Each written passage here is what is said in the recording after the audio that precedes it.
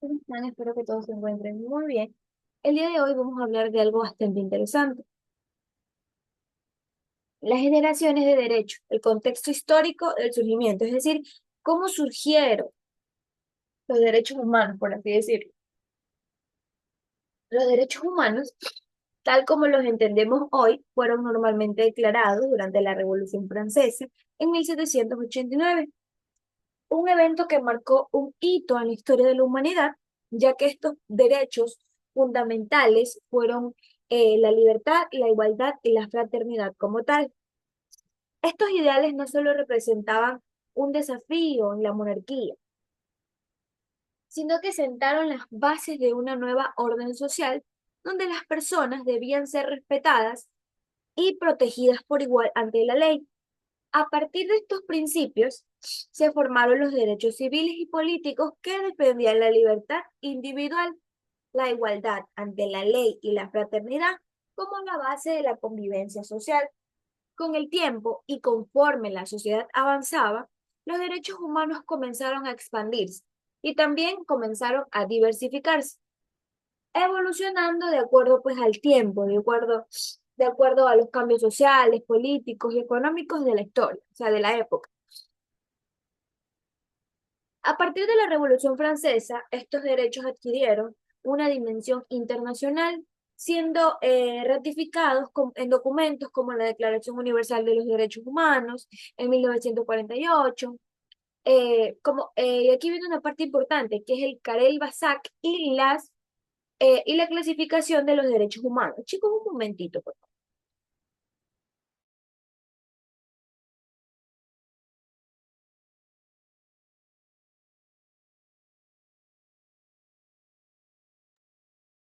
Listo, chicos, muchas gracias.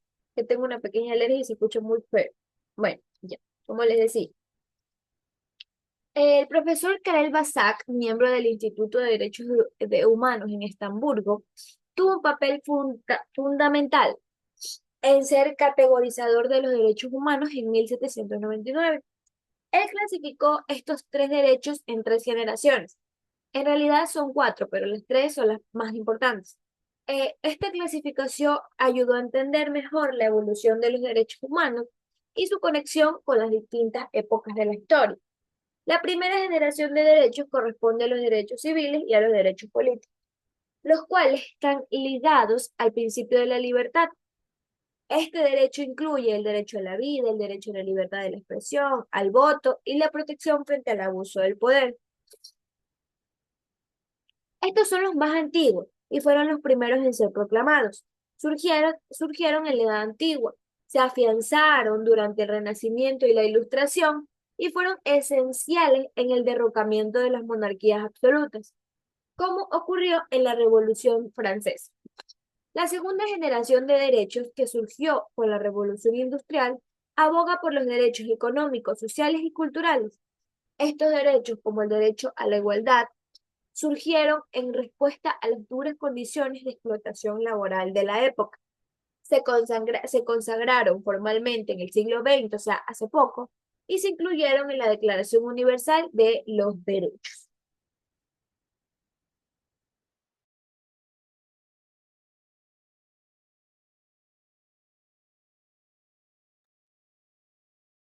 Gracias, chicos. Disculpen, es que soy con mucha alegría.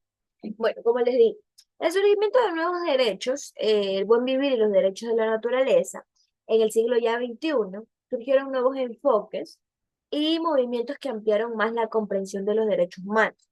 En la década de los 90, a principios del siglo XX, eh, por ejemplo, se reconoció la importancia de derechos colectivos, incluidos pues los pueblos indígenas, las comunidades las tribus, y aquí ya veníamos a la tercera generación,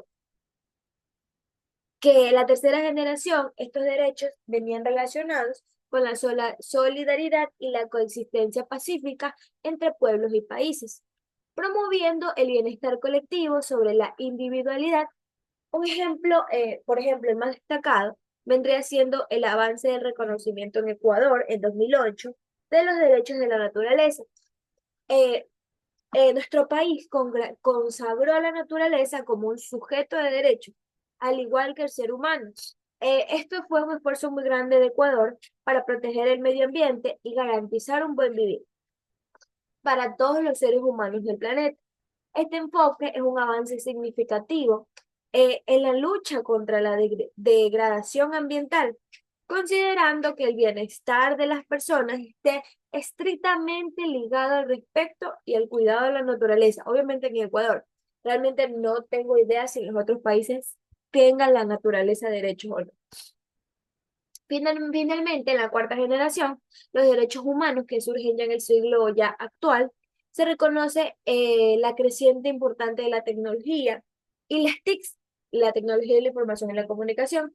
Estos derechos están vinculados al acceso libre de la información, a que la comunicación y la tecnología se haya convertido en un derecho esencial para evitar una nueva forma de exclusión social, como la exclusión digital.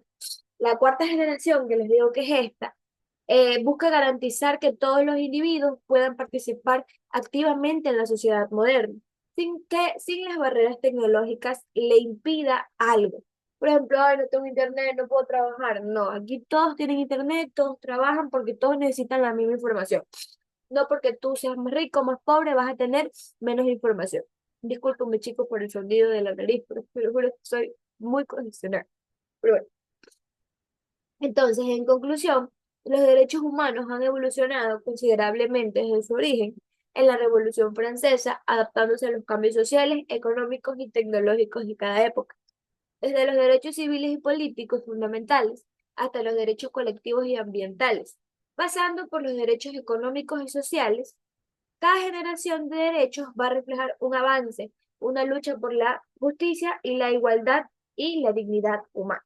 Entonces, chicos, esto es todo por la clase del día de hoy. De esto se trata, la generación de derechos. Hablamos de todas las generaciones. Le dije que hay cuatro, pero que las tres primeras son las más importantes. La cuarta no es que no sea importante, solo que aún no la definimos por completo. Entonces, chicos, muchas gracias y de nuevo disculpen. Espero verlos pronto.